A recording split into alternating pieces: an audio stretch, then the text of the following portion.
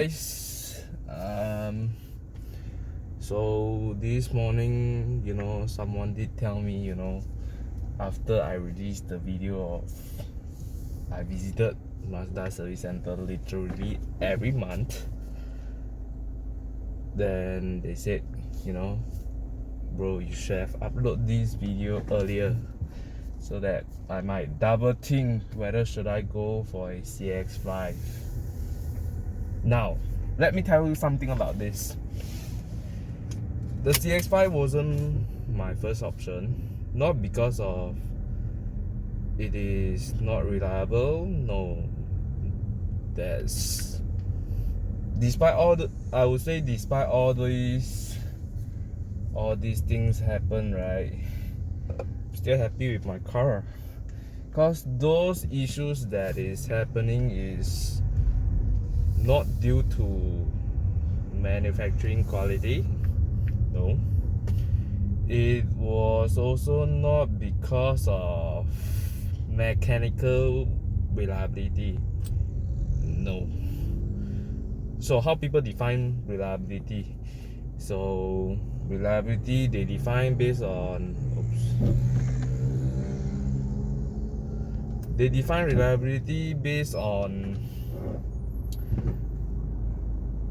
there's no issues happen to my car, be it electrically or mechanically, or those electronics issue, software issue.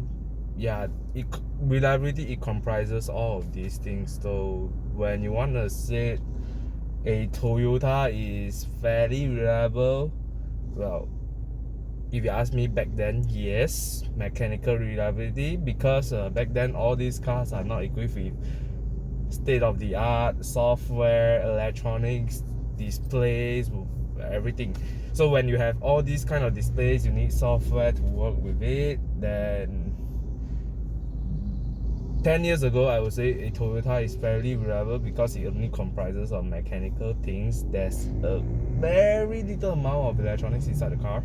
So nowadays, cars are progressively getting more and more modern, more and more sophisticated. So things tend to break more when you have more components inside your car. So put my car as an example, right? So it's not because of the manufacturing incompetency. No, I would say I would put the blame heavily to the technicians that is servicing my car. Yes. So you see, before I sent in my car at 4,000 km, when I asked them to have a check, so 4 days later they messed up my panel. They even messed up the AEB setting. So I'm not sure what they did, but yeah, it happens. So I would say it seems goes to BMW, Mercedes, Audi. Yes, especially Audi.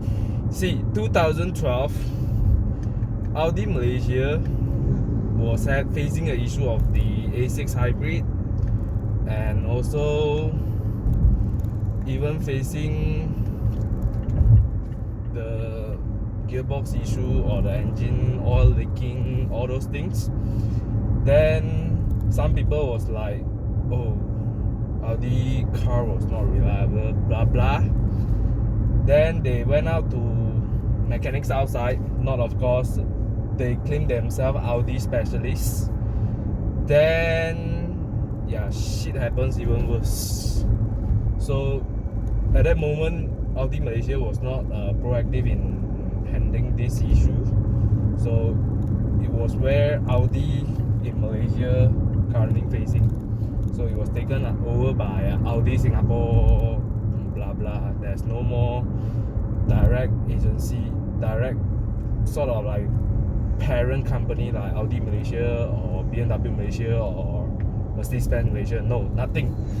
So basically you deal with Euromobile Singapore. Then yeah, so back to the story. Is my car reliable? Yes, fairly reliable. I would say only the technician mess up. See, it happens to Audi, It happens to BMW, it happens to Mercedes. So if you bring your car outside to a non-competent technician, or wow, there's another 2.2 diesel. Yeah, I get distracted. So you bring to outside, or even say there's multiple service and all these brands service center. So it depends on which dealer you go. Sometimes some of the technician, authorized service technician, is not capable of maintaining your car. Yes, this is what I'm facing. So I will put heavily the blame on the technician rather than, you know, say, oh, the car is not reliable, blah blah. So if anything's happened to your car, just, you know, cool down, relax, use up your brain or knowledge, refer to the user manuals, you know, refer to forums, groups. Then sometimes you will see some of the issues are replicating, especially BMWs. You know, most of the common one is the wheel speed sensor, which is a minor issue, or ignition coil, spark plugs. Yeah, all these are wear and tear. So people say BMW is very hard to maintain. Yes, the parts is slightly expensive than the Toyota's ones. There's slightly, not a huge margin, but it's reasonable to me, because yeah, I feel car prices or those components have coming down in Malaysia, especially BMWs, because the sales is, you know, growing up. Yeah, so these parts are not very expensive to maintain, but of course, something happened to your car, you must have, you know, went back to service center, and if you are working, you gotta take a leave, time off to get a car fixed. Then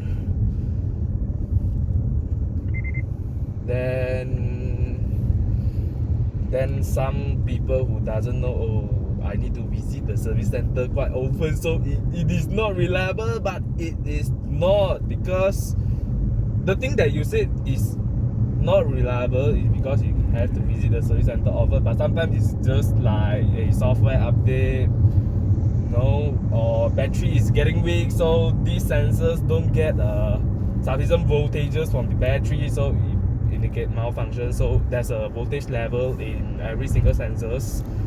Then if it doesn't have enough voltage, so it will indicate a fault code, everything.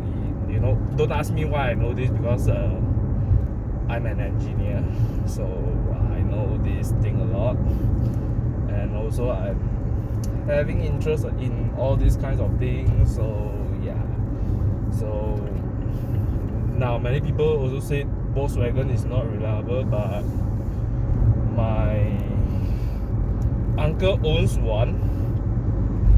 He owns a Passat B7, which is, many people complain about the gearbox, what sort of nonsense, blah blah.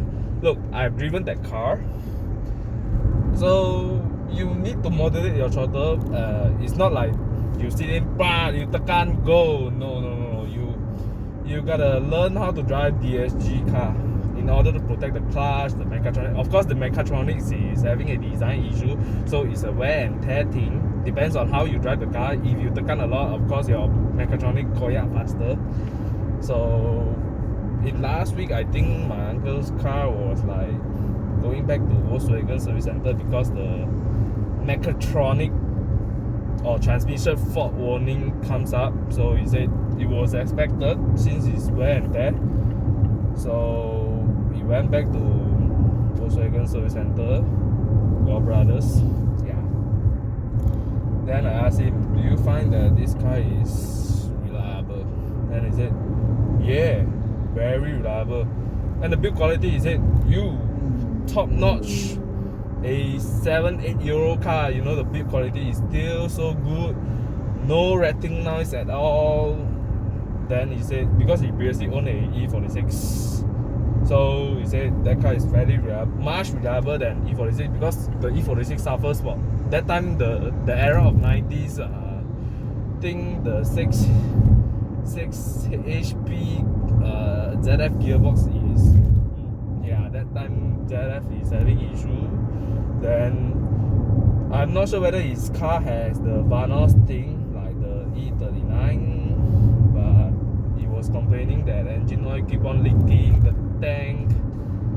Yeah, that time BMW was not known for reliability lah. That time was the era of Toyota. So he said, jump into the Passat. Then he said, oh, despite all the gearbox, fiasco, everything, then he said, still one of the best car that I've driven. Then he also owns a W213 E-Class. Then this car is, you know, he's having a lot of issue on him.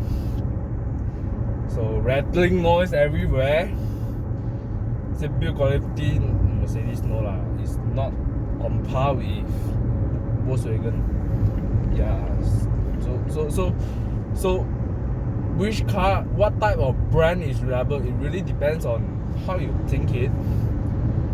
Even I would say Toyota is not reliable because of the fuel pump issue. Yeah, the fuel pump, the issue I recall in around 60 to 70% of the Toyotas made by, I don't know if it's Denso or Aisin, but yeah, it shares the same fuel pump. Yeah, fuel pump like the Myvis. Yeah, the new Myvis also have fuel pump issue, has been recalled. So everyone was, you know, they sent in a letter and said, you know, get a car fuel pump change, else you might stranded elsewhere. You have a risk of stranding elsewhere. And the new Audis, right, when my parents collected the car, right, the auto fold side mirror thing doesn't work. So really depends on how you define reliability. To me, these days Toyota are unreliable anymore. But of course, when you said my story, my Mazda, my CX-5 story back to other people who own Toyota, yeah, they will say, oh, very reliable, blah blah nonsense. Wow, that's a E-Class Coupe. Ooh, nice car, bro. Then, so what happened to my uncle's Volkswagen? Microtronic fault. So at times when you are driving, right, you will like having a free gear. It's like driving suddenly, then it goes free, like neutral, then you step on the throttle, then it doesn't respond. Yeah, those kind of free thing. So you send him to the workshop. So if you own any Conti cars or own any single car that is out of warranty, right, you gotta find a competent workshop to fix your car. Instead of, you know, we are cheapskates lah. We just love to save money. So in order to save a bit, then you went to somewhere else to service which is not competent, then ended up your whole mechanicals koya, then you only complain, oh, your car is not real. But in fact it's not. It's the people who fix your car that is causing the trouble. So this is what I want to share. So my CX-5 has been very reliable, nothing major. Mostly it's software, except for the undercarriage panel. I believe the technician just, they said they didn't touch the undercarriage panel while servicing, but I highly doubt so, because they replenished my engine oil. They replenished my, not sure whether that moment they did replenish the brake fluid. They said they do, but I feel they doesn't. So yeah, this flirt. Damn.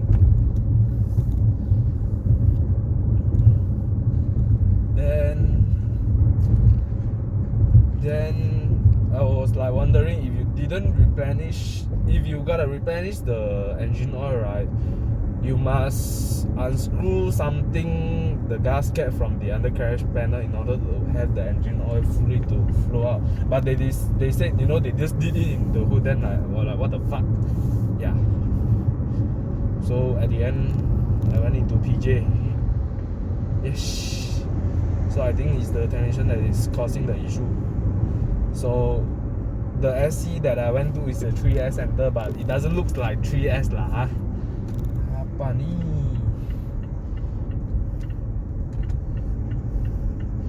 Yes, lorry eaters just like to prolong queue at the very end of the toll Malaysians don't know how to drive. Dang.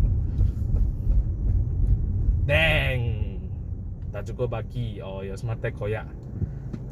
Yeah. Sorry. Okay.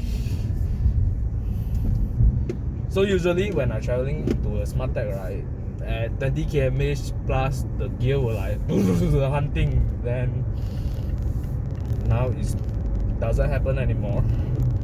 So I believe that they refresh everything, so the software is working now.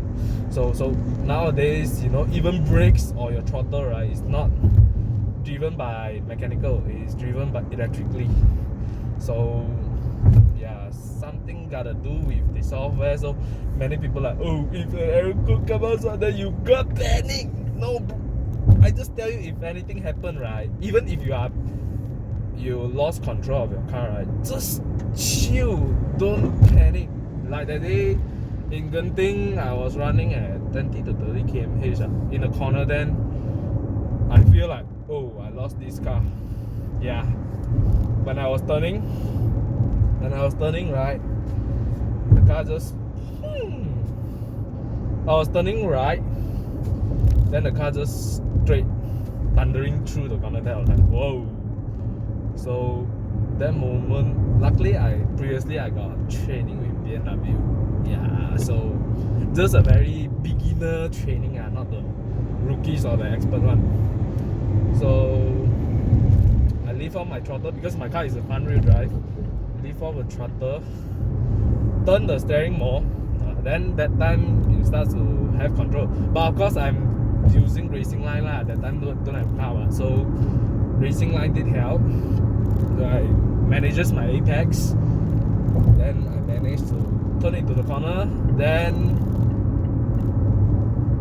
I encountered wheel spin while I was trying to exit the corner. I was running around 2000 RPM. Yeah.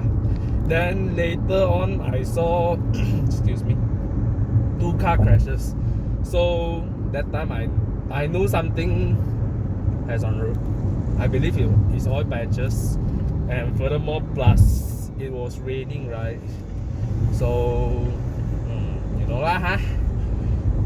So if any warnings come up on your car, just, you know, don't panic. Take out your user manual, have a look. Oh, and one time, I believe it is the 4th week of collecting my car, I saw the warning of fast idle due to engine fast idling due to don't know what already. Need to refer back. I'll screenshot that in here. So that warning come out. Then once I started my car, right, it revs around 1.5k RPM. So that time I knew something gotta do. Either my diesel particulate filter was blocked because I washed my car, then I keep on start the engine, then probably the diesel, the soot all cluttered or what, I don't know. I believe so lah, because I saw that. Then it revving. So for diesel engine or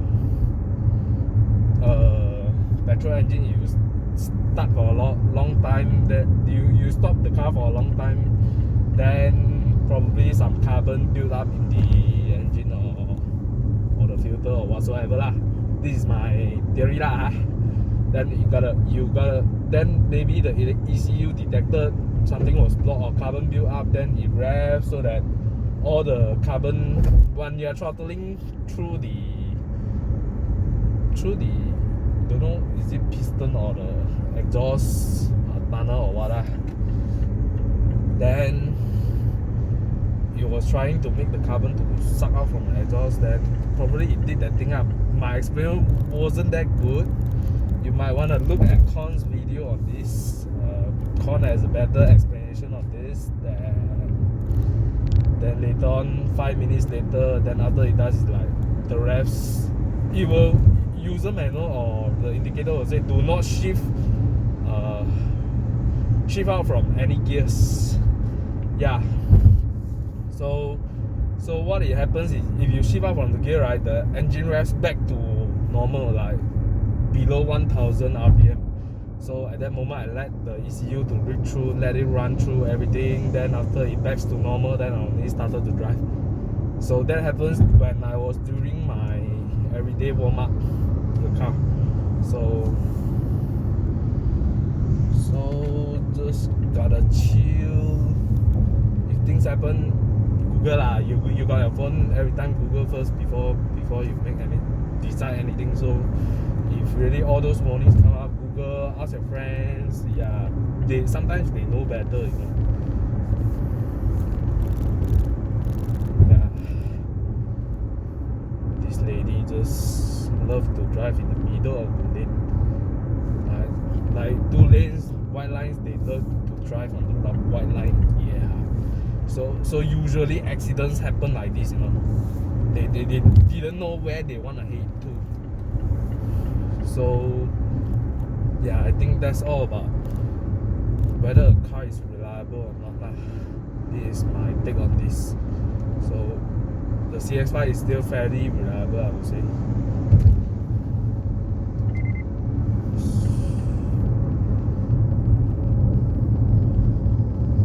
Yeah, I think that's all.